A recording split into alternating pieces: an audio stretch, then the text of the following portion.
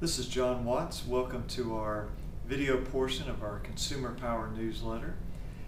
If you have read our blog or our website or watch our videos, then you'll have noticed a theme that we constantly harp on, and that is you have to know what your rights are and you have to take action. Because if we don't know what our rights are, then we don't know if somebody is treating us in an unfair manner.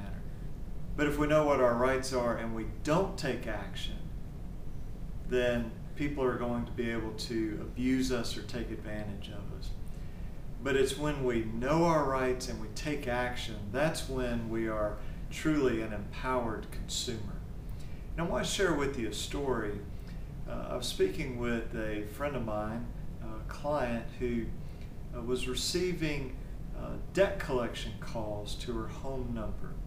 And these were computer-generated calls, and they had what's known as a pre-recorded message or an artificial voice leaving the message. In other words, it wasn't a human being leaving the message, and it was for somebody else. They had the same first letter of the first name and same last name, but they were looking for a man, and this is a woman. And so I don't know if she answered the call or if she called back, but she gets this collection agency, and it's a very large collection agency, and says, look, you've got the wrong person. I'm not who you're looking for. I don't know who you're looking for. Do not ever call me again. And the reason she was able to say that is she knew that she had rights. She knew that a collector could not call her. And they said, oh, okay, sorry, we'll make sure not to call you again. But then they called again and again and again. And so I'm not sure again if she answered the phone or if she actually dialed the number, but she gets them on the phone and says, look, we've already been through this. I told you, do not call me again. And I know that what you're doing is illegal. And if you call me again, you're going to have to pay me for every call. Now, that got their attention. They've not called back. Now, I don't know in the future if they'll call back, but so far they haven't. And so I share this story with you for a couple reasons.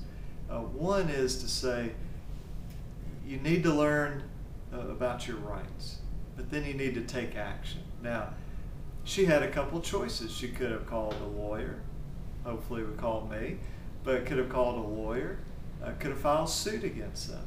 You know, she told them once, you've got the wrong person. They continued to call. She chose this course of action.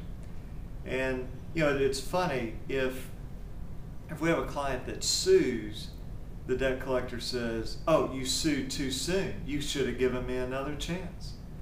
But then if we have a client that waits and the debt collector continues to violate the law, or the mortgage company goes forward with a wrongful foreclosure, then their argument is, you waited too long. You knew we were going to violate the law. You should have sued us to stop us.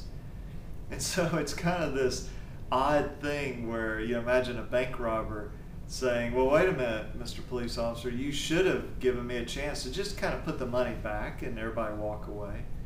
But then if the police officer did that, which would be unusual, the robber would say, well, you should have stopped me.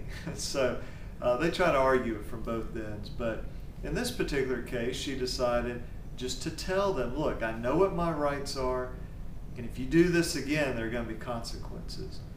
And so the take-home message I want you to leave this video with is, again, that same theme.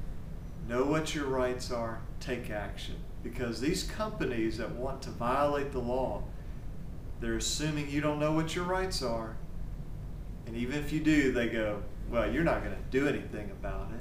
You know, we can just keep calling and calling and calling, or we can go forward with an illegal foreclosure and you won't do anything.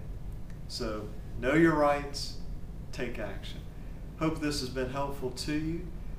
As always, if you live in Alabama, you're welcome to give us a call, 205-879-2447, or go to our website, alabamaconsumer.com, or our blog, alabamaconsumerlawblog.com. Thank you very much.